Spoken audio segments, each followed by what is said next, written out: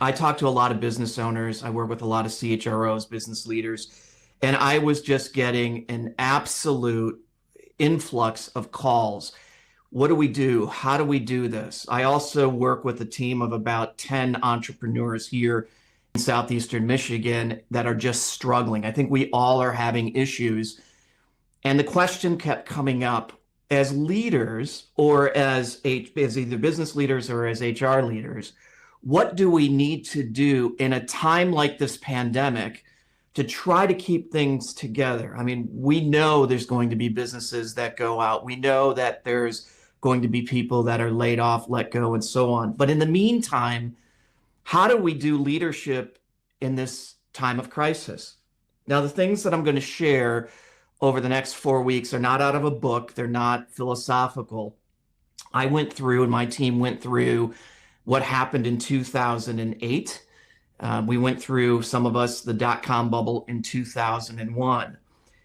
And really what I'm going to share are the learnings that I had, the things that I did wrong, and that I learned from in 2008 that I'm trying to apply in a different way, especially because of what's going on, because it's a scary time for everybody. And I wrote down all of these things to share with those that were asking me. And it was at that point that I decided, you know what, I'm just going to go out and share it with anybody. And maybe you can take something away from this that'll help you as a leader, that'll help your leader if you're an HR person or really anybody else within an organization. Because the reality of this is it's not easy for anybody. And even though I learned some things in 2008, what we have going on right now still cuts really deep, still causes challenges of companies of any size. I mean, that's why our government is talking about bailing out the airlines, the hotel industry, the restaurant industry. There's just so many that are already hurting. Here's the reality of it. The situation that we have for you, for me, it sucks. But depending on how we lead, it might be able to suck a little bit less. And that's really the whole point behind this. When we get into times like this, our teams, our organization are looking to us as leaders, as HR leaders, as business leaders, whatever role you're in, even as a peer, they're looking to us to step up and to provide some level of clarity and to have some type of process around the decision making that we do that affects the company, that affects individuals. So here's what I'm going to do over the next 4 sessions. These will be 30 to 40 minutes. You can see if you need to jump off, that's fine. You'll get a link to the recording of it, which you could watch on demand. But today we're going to talk a little bit about how we do decision making in times of a crisis, how I'm doing it differently than 2008, because it seems to be making a difference. Again, it's not easy. It still hurts, but it does seem to be making a difference with our team, and I think can make a difference with your team. Next week, Thursday at 11 o'clock, we'll be talking about communication in times of crisis. And I'm going to hit on 4 or 5 key areas. What are we communicating to our teams? Who are we communicating what information to? How are we communicating? And then this last one, which is really something that I've had to struggle with a bit, or really kind of wrestle with, not really struggle, is the cost of transparency, right? As leaders, we want to show that we're strong and so on, and we don't want to communicate too much information at times.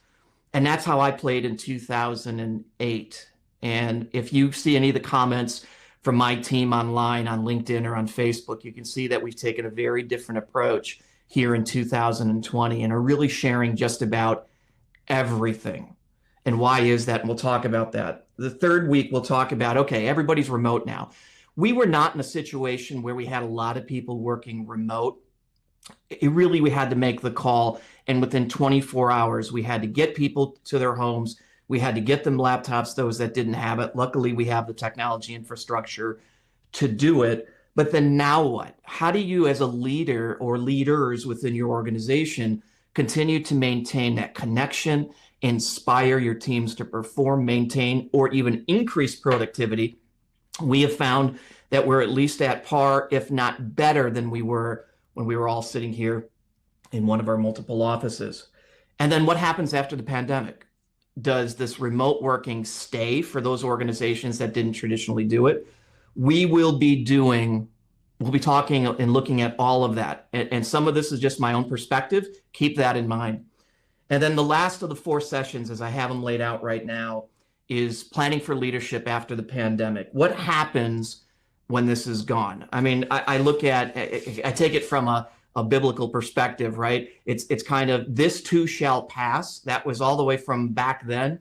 This is going to pass at some point. The question is, what do we do afterwards? But in the midst of crisis, as leaders, what are we doing today to make sure we're set up for success? What am I doing today to make sure we're set up for success when this thing turns around?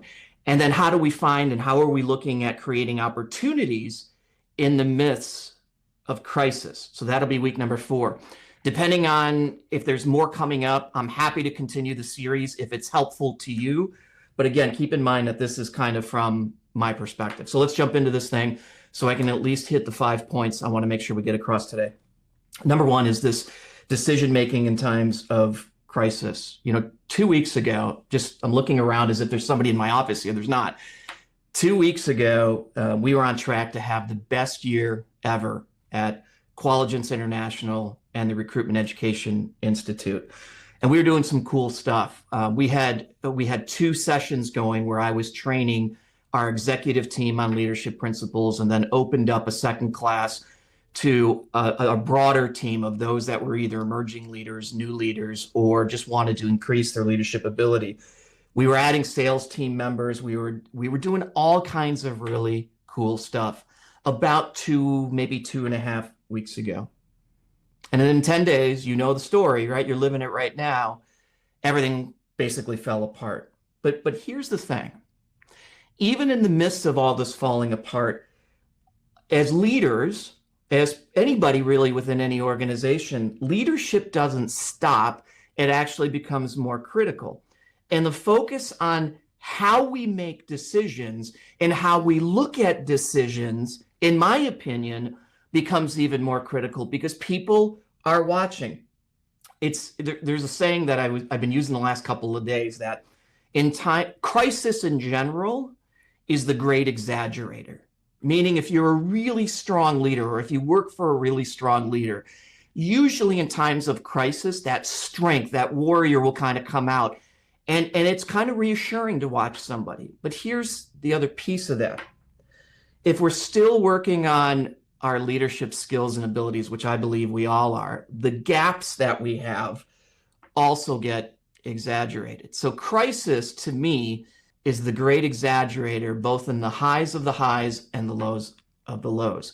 And I had to take a look at that and take it to heart as we began to see things falling apart in the industries that we serve in really the entire United States, and things come to a screeching halt. So here's the first of the 5 points that I want to get across, and I'm going to give you some practical application of what we're trying to do here. And I hope that it's working. And if you're one of our team, please feel free to comment on this. If you have something to say, use the chat box. You can even raise your hand, and we might be able to figure out how to get you on video. But number 1, in times of crisis, right now, during this pandemic, the way we make decisions is often more important, or at least as important, as the decision itself. Let that sink in for a second. The way you and I make decisions, and I'm going to use myself as the example. I remember back in 2008, the financial crisis had just started to hit. We were much smaller at that particular time. The markets were just beginning to crash. And I was sitting in my office. I had my TV on, and I had my door shut. And this is a couple of weeks into the crisis. I hadn't really reacted to the crisis at that particular point yet. But I was listening and watching the markets crash, and I started to plan our next move, as any good leader would do, right? What are we going to do? Where am I going to cut costs? Where am I going to tighten my belt? Who am I going to let go? Whose hours am I going to cut? What am I going to do to make sure we get through this, right? I ran the spreadsheets. I knew the numbers. I knew what needed to be done. And then I walked out of that office, and I made it happen. I made the decisions delivered all of the decisions. I made the cuts. I laid the people off. I made the decisions that ended up saving us, which was good. But there was a real fallout the way in which I came to the conclusion of the decisions and delivered these decisions. Now, the good thing is on the backside of that, we came back stronger, we grew bigger, and as a result of that, and those decisions that I made. But here's the thing, at the same time, the way I delivered and made those decisions, I lost the trust of a lot of my people. The impact of that was felt for a long time. This is 2008, right, when this happened. And I would venture up until 2019, the lingering effects of making decisions behind closed doors created an environment of fear. Because I made the call, made the decision, made the call, delivered it, and it was probably the worst thing that I could have done. Yes, it saved us, but it also caused some internal issues. And I see this with organizations big and small. We've got to make the decisions, that's fine, but it's how we make the decision and how we deliver those decisions. So what was the problem? What did I end up doing wrong at that time? Again, it wasn't necessarily the decision I made. It was how I did it. I mean, I had a smaller leadership team at the time. And of course, I shared with the leaders what I was actually going to do. But then I came out, and again, I delivered it without any warning to the team. There was no discussion about what was going to happen. It was, here's the decision I have to make. I'm forced to make these decisions. Here's what's happening, and this is the impact. At the time, in 2008, I didn't even give time for discussion around, are there alternatives? I just felt as the leader that I had to make that call. Now, fast forward to our current circumstances. Again, this started 2-3 weeks ago.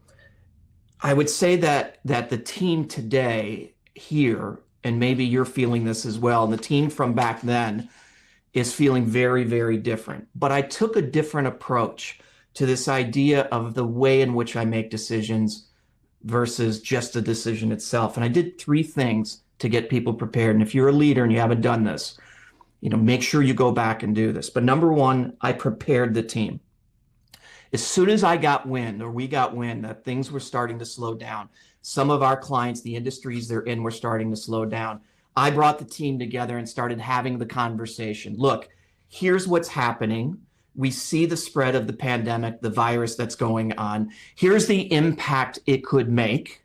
Not saying it will, but here's what could happen given that these things actually occur. It's going to be challenging for all of us. So step number 1 is I took the time to prepare my team this time for what could happen. The second thing is I shared with them. I gave them the options that we were considering, right? If this happens, here's what we may have to do. People in general, I've got some folks around here, and I think all of us to a certain extent, we need to have time to process. So number 1, I prepared them for changes. Things are happening in the economy. Number 2, I shared with them the things we were considering at the given times based on the information we had at that particular point. If this happens, we're going to do this. If this happens, we're going to cut hours here. If this happens, we're going to do this other thing here. And it really gave the team a little bit of sense of, I think, security, but I also think it gave them the time to process, to say, okay, if that happens, I need to have my own backup plan as well. And I think too often as leaders, as I did in 2008, I just came in like a bull in a china shop. Here's what we're doing, and let's move on. But this time, I think I took the time to prepare them in the right way. We've been sharing with them our options. And then the third thing, and this is critical, we listened to them. I listened to them. After I prepared them and shared, we kind of sat back and started to think about together ideas that we could do to help the whole organization. Look, we're in the space of people, right?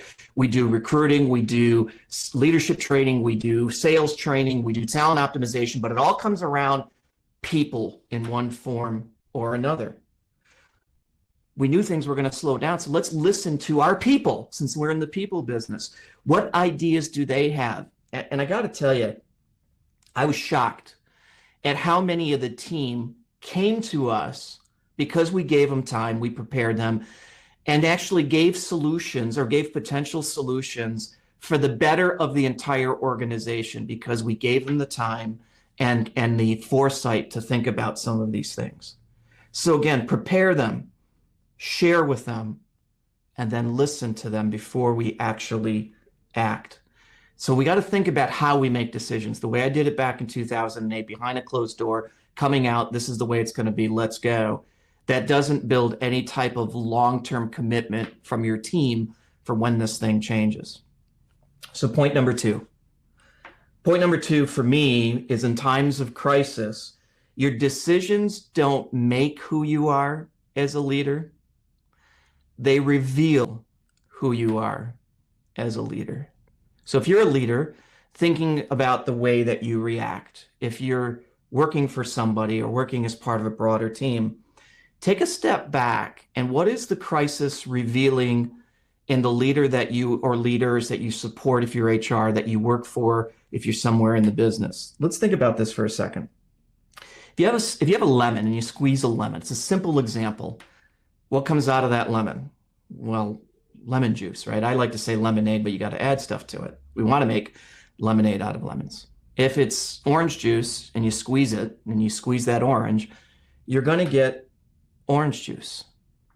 When we have a situation, a pandemic like this, a crisis, and we get squeezed as leaders, what's inside is really going to come out for our teams to see.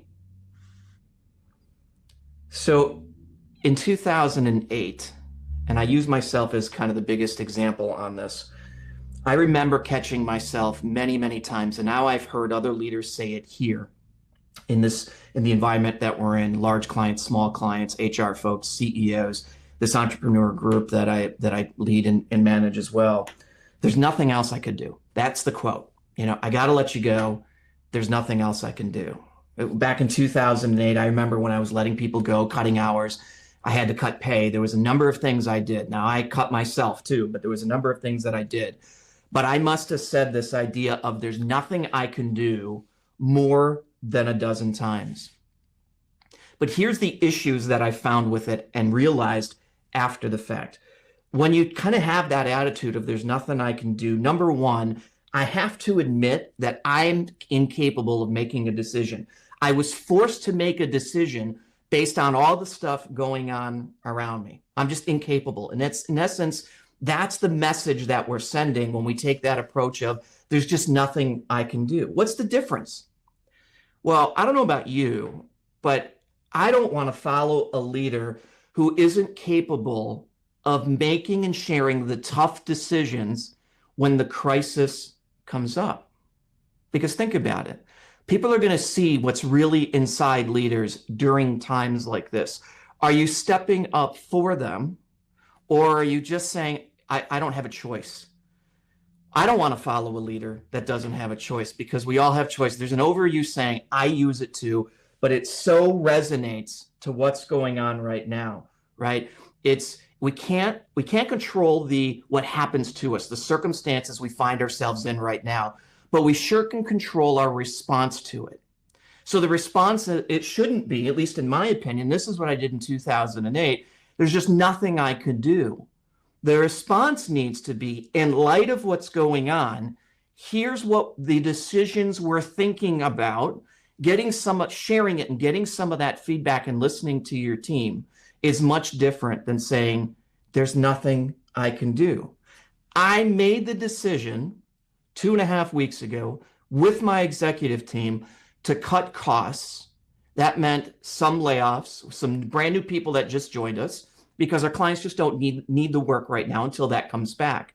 But I made it in response to what was going on, or we made it in response to what was going on, but the delivery of it is very different. The second issue with this, there's just nothing I can do about it, is I had to, and I've already kind of mentioned this, is I've had to blame the crisis for the decision I have to make. I'm passing the buck again. I'm the one who's making the decision. My executive team is the one making the decision. We're making these decisions now to set us up for the future.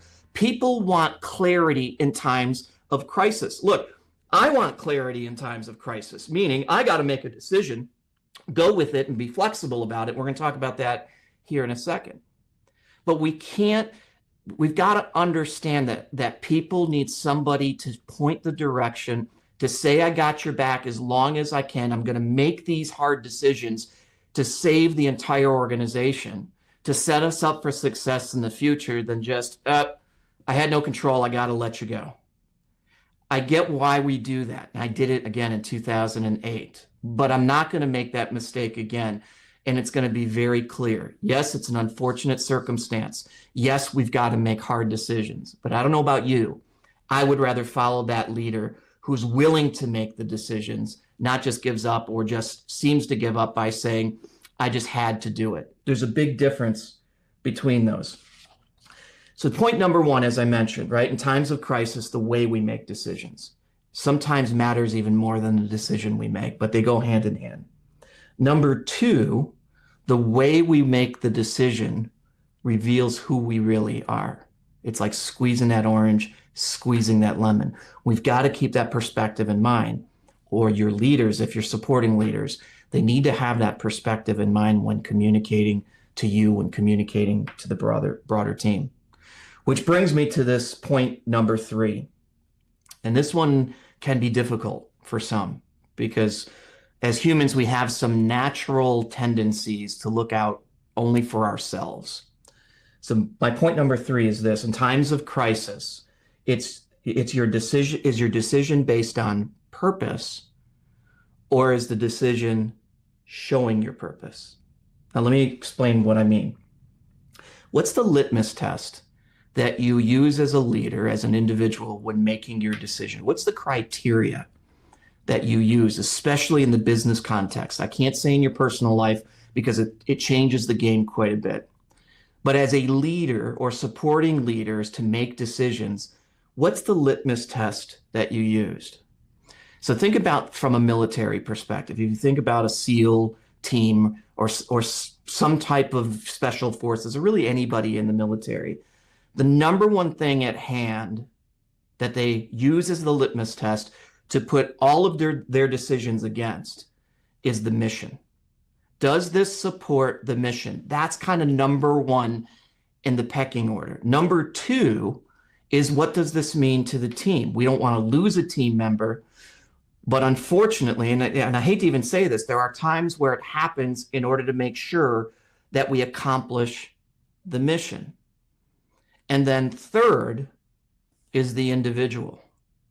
So in times of crisis, do you have a hierarchy in how you're looking at making decisions? In 2008, I would have said, yep, I absolutely had a hierarchy. I mean, I made some decisions at that point to put myself in major debt in order to pay for folks. Absolutely the case. But if I was to really look back now in how I made the decisions, how I handled the decisions, it probably, and actually not even probably, it didn't come across as though I had this hierarchy in my decision making. Was I really focused on the mission, or was I focused on saving my ass? And at that particular time, and looking back at it now, and I see this in leaders, I had a conference call with 3 leaders yesterday, and I get it. The panic is serious. Companies could close. But are they focused on the mission and surviving for the purpose of the business, or are they focused solely on themselves? Now, that's a hard one to stomach, right? I made the call 3 weeks ago. I'm not going to take another paycheck until I get everybody back to where they were before this started to happen. All right. I've had people take pay cuts here to get prepared so we don't have to lose people. And the team came around and was willing to do that because the mission that we have as an organization was first and foremost. The team came together and made the decisions together to save each other, which is just incredibly, incredibly humbling for me to see as the business owner. And then we're looking at ourselves as individuals. I haven't had one person yet who hasn't been selfless in this and giving something up for the greater good of the organization. In 2008, in many other organizations right now, that is not happening because the hierarchy of decision-making really isn't working. This whole idea of self-interest serves very little purpose in the long term. Organizations don't sustain themselves. Now, I had somebody say to me yesterday when I was on a conference on a video with them, hey, you know what? It's not about me. I'm not naturally like that. And I got to call BS when it's BS, right?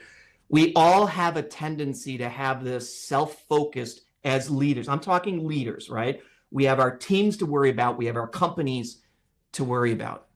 But think about when you have a picture, there's a group picture and you know you're in the picture. What's the first thing you look at when you look at that picture?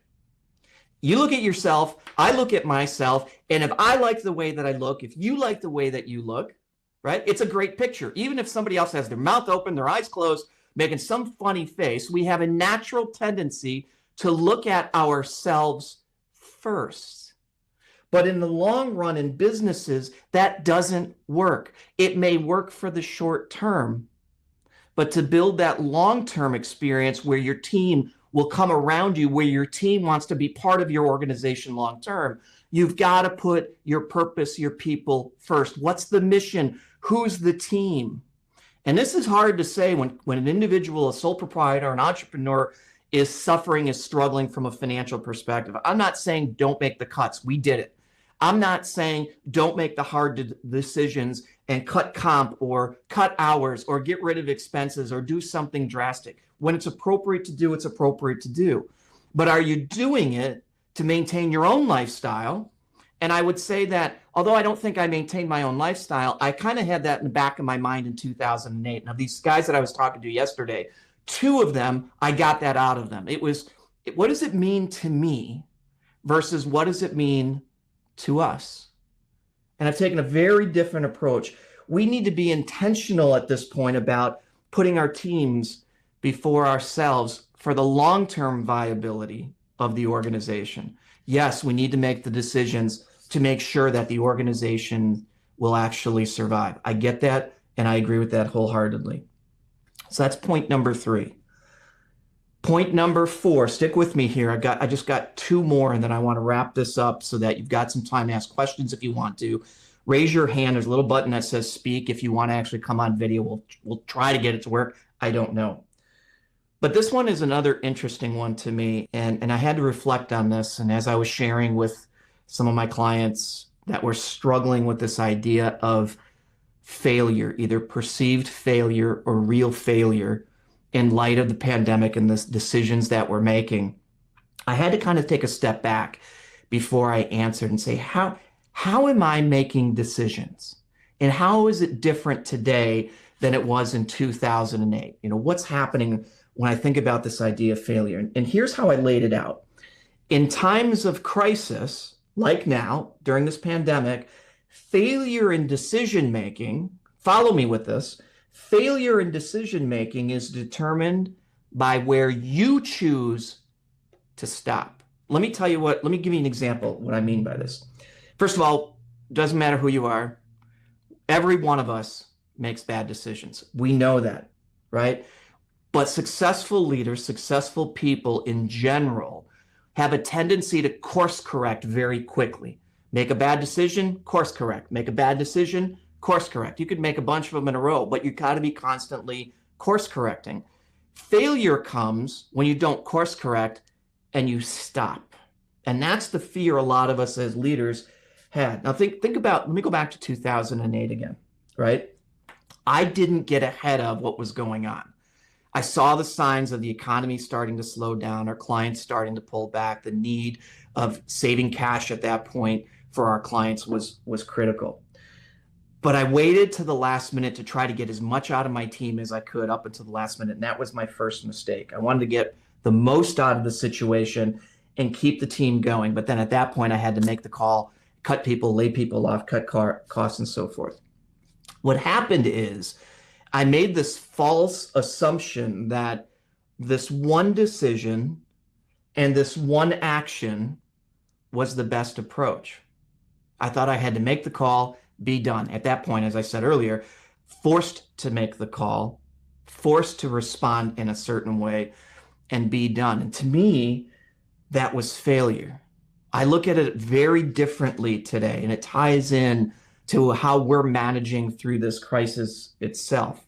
There's a quote that I love. I love these kind of quotes, that this is how we fail forward. So when I think about, here we are, March of 2020, it's not about making a decision and its success or failure. The problem with putting all of our bets on one decision, and sometimes as leaders, we don't even want to make a decision because we're afraid to make the wrong one. And I think I did that in 2008. The problem with that is if it's all based on one decision, you have a 50-50 chance of getting it right. If we make the decision and have a focus on course correcting and sharing that course correction with our team, you have a greater odds every time you do that to make the right decision for you and for your team. So here's how I broke out this idea of addressing failure and not getting caught up on this idea of failure. Roy, I'll answer your question here in just a second. But there was 3 steps that I took or am taking right now to avoid getting caught up in, am I making the right decision or not? Is this going to tank the company or not? Am I giving the right advice or not? Am I firing the right person or not? Which is harsh, I know, but you got to think about it this way. Number 1, I had to act fast. I couldn't wait like I did in 2008. In 2020, we saw the signs, the coronavirus is hitting. I pulled the management team together. We saw what was happening, and we immediately went into action. Even though it could be a hard, wrong decision, but we had to act. So we had 3 people that had just been hired 3 days before, or a week before this whole thing started. We elected to let those 3 people go. We didn't have the time. Really, we could run out of money in order to do the training the right way. We wanted to save that. So we acted quickly, made those changes. That was step number 1. Step number 2 is we were willing to fix fast. So 1, we acted quickly. Number 2, we were willing to fix fast. Here's what I mean by that. As this thing really started to come down and clients said, hey, we got to figure out what's happening before I continue to use your services. This is really, really important. We had to say, we absolutely get it. So I went and sat down and talked to my leadership team, and my leadership team all agreed that they would take a pay cut in order to make sure that we didn't have to let other people go. Well, as the pandemic came down, and then in the state of Michigan, which is where our headquarters is, the governor basically shut us down, like Ohio and New York and California, these other places. We had to think quickly again. We came back to the drawing table. They took a larger pay cut, and then we went and we had some other cuts throughout the organization, so we didn't have to lay somebody else off. So we didn't have to eliminate a position. We were willing to act fast. We were willing to fix fast. But here's the thing, and this is going to be tough for somebody. I've already mentioned it once. We were willing to focus on our purpose as an organization. And let me give you an example of what was meant here, why I bring this up. We have a particular individual within the organization who is in a role that we could probably stand to cut back on a little bit. When things are really busy, it's an absolutely critical role. But as things slow down a bit with our clients, it's a role that we as a leadership team said, you know what, we could cut back. They don't have to work full time. We could cut their hours, cut their pay as a result, and save some dollars. Well, it was discussed that this person's significant other had lost their job as well, putting them in a really tight predicament if we were to make some cuts. So as an organization, as a leadership team, we made the decision to focus on our purpose, to focus on the mission at hand of people living their purpose, and dug even deeper in other areas with the agreement of other people to maintain that individual's compensation at full, while others were willing to step up for that person without even knowing who that person is, and allow that to happen, because as an organization, we were living our purpose, and that purpose is people living their purpose. So we had to be willing to act fast. We had to be willing to fix fast, which is not something I was willing to do. And I really don't think in 2008 I focused on living our purpose, because I wasn't living my purpose. The organization didn't even have a clear purpose outside of making money. But that's really for a completely different discussion. And then this last point that I just want to mention quickly, because I'm going to talk about it next Thursday, and I hope this has been helpful for at least some of you. Number 5 is this idea of, in times of crisis, communication is the key. And I know that sounds simple. It's like, okay, I get it, right? I got to tell you, anybody who's watching this, anybody who's leading or is involved with a leader or HR supporting leaders and leading your own teams, this has been, aside from focusing on the mission and some of the other things that I've already talked about, this has been an absolutely critical component to keeping the team together, right? To getting the team to make the sacrifices to fulfill our purpose and to take care of each other. I can't say enough about it. And here's the things that we're going to talk about next Thursday. Number 1, how we're communicating. What are the methods that we're actually using to keep informed? Number 2, how often am I, the leadership team, communicating with the team? And number 3 is how much we communicate. And by that, I don't mean how many times during the day. We'll talk about that. But how much information am I actually communicating about what's going on? And I mentioned this in the beginning. Part of this, as leaders and entrepreneurs, we fear things. We fear failure, as I've already talked about. We fear other people knowing that maybe things aren't going the best. The authenticity is not there with too many, right? This is really what's going on. These are the decisions that we have to make. In fact, a lot of leaders are afraid of the negative to get out. And I'll give you an example. One of our marketing team members, Jennifer Reisig, if you don't know her, go check her out, Reisig on LinkedIn, posted earlier this week, I got a 25% pay cut. But as you read through rest of her post, and I think people were shocked, oh my gosh, this company must be horrible to give her a 25% pay cut. We made that decision as a team. And as you read through her post, it talks about other people also took a 25% pay cut. Why did they do that? Because they believe in the mission of the organization. They believe in the direction, the clarity I believe that I'm giving them, that my leadership team is actually giving them. And she asked me first, can she post it? And I said, absolutely. If you feel, and I think I said, don't put the 25%, just put it out there. But she took a 25% pay cut, as did a big part of the staff, in order to make sure everybody else has a place to come back to when this coronavirus is over. So this idea of communication and the way we communicate and what we communicate as leaders has completely changed my view of how I should lead my team from 2008 to where we are now. Look, here's the deal. How you make a decision is sometimes more important than the decision itself. That's point number 1. Number 2, how you show up or don't show up after the decision is made impacts your team.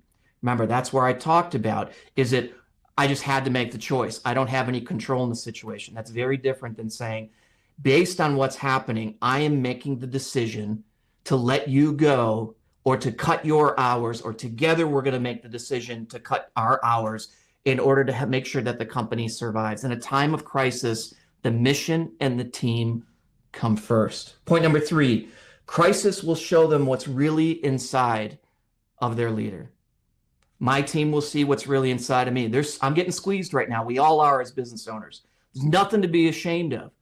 Is it orange juice that's going to come out? And what's the color of that orange? Is it going to be about the team and the mission, or is it going to be about self-serving? Well, I hope that most of my team, if not all of them, would say that the decisions we've had to make are not self-serving. Number 4, we have to be willing to act on our decisions and not worry about failure. Failure, even in times of crisis, is not final, right? Now, I get some will have to shut the doors.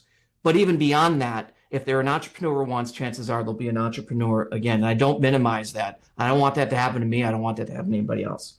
And number 5, the way we communicate, we will look more into this next week. So look, I don't know if this is helpful for anybody. This is some practical things that I've learned from 2001 to 2008 that I did wrong, that I'm approaching in a very different manner this situation. In some ways it's worse, in some ways it's not as bad as what happened in 2008. And we're making those calls. Look, I have no problem in just saying, I'm not taking any pay actually until the team gets back to where they need to be. I'm focused on the team and the mission. But the way I'm doing it, the way I'm communicating, the way I'm making decisions is very different today than it's ever been in my life. And I'm almost 50 years old, right? And you would think I would have learned this a lot sooner. So I hope this has been helpful. If anybody wants a transcript of any of my notes, put it in the comments that you want it. Shoot me an email, link in with me, Facebook. It doesn't really matter. I'll make this all public. It's really no big deal to me. I just need to get it in a way that's cleaned up. I'll have one of my marketing team members put it in a way that might be helpful for you. Remember, next Thursday at 11 o'clock, we'll be talking about step number 2, and this whole idea of communication. If you have something that I haven't addressed that you want to see as part of this 4-part series, make sure you shoot that to me as well, and I'm happy to share that. This will also be on demand. Once this is over, you'll receive a link if you want to share it with anybody. There will never be a cost for this kind of stuff. Share it to those you think need it, and I hope it was helpful for you. So if there's no other comments or questions, I think I got your question answered, Roy, on the second point. Hopefully everybody could hear it. Otherwise, take care, stay safe, try not to go bonkers staying in your location, wherever you are, and we'll see you 1 week from today. Now, if I can figure out how to shut this thing off, we'll be in good shape. See you guys.